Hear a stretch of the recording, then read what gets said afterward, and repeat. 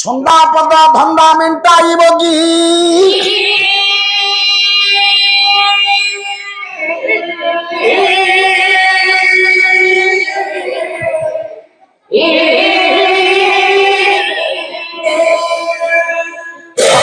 ଭଗବାନଙ୍କର ପଦ ସେବା କରିବା, ଭଗବାନଙ୍କର କର୍ମ କରିବା, ଭଗବାନଙ୍କ ଚିନ୍ତା ଚେତନାରେ ନିଜକୁ ହଜେଇ ଦେବା, ଇଏ ଜନ୍ମ ଜନ୍ମାନ୍ତର ସୁକୃତର ପୁଣ୍ୟ ଫଳର ଫଳ ମିଳିଲେ କଥା ମିଳେ।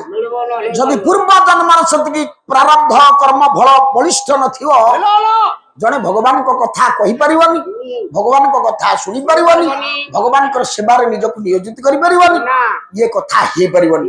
ତେଣୁ ସେଇ କଥା ଗଣ କବି କହିଲେ, ହେ ପ୍ରଭୁ ନନ୍ଦ ହୃଦାନନ୍ଦ ଚନ୍ଦ୍ରମା ଛନ୍ଦା ପଦ ଧନ୍ଦା ମେଣ୍ଟାଇବ କି।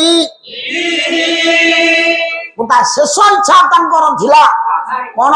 ନୀଳ ଇନ୍ଦିବର ନୟନ ଇନ୍ଦିରାଙ୍କ ମନ ମୋହନ ନବ ହୁନ୍ଦରିଆ ବିରୂପା ଉତ୍ତର କୂଳେ ବୈଷ୍ଣବେ ଲୋଟାଇବ କି।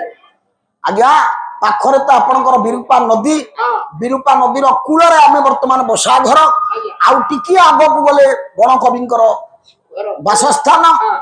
ଭାରି ଇଚ୍ଛା ଥିଲା ତାଙ୍କର ବିରୂପା ନଦୀର ଉତ୍ତର କୂଳରେ ଥିବା କୋଠପଦା ଗାଁ, ସେଇଠି ତାଙ୍କର ଅନ୍ତିମ ସଂସ୍କାର ହବ ବା ଅନ୍ତିମ ପ୍ରାଣ ସେଇ ଜାଗାରେ ଯିବ। ନା ଭାଇ ସବୁ ପରେ ଇଚ୍ଛା, ମଙ୍କର ଇଚ୍ଛା ଗୋଟାଏ ସ୍ୱତନ୍ତ୍ର।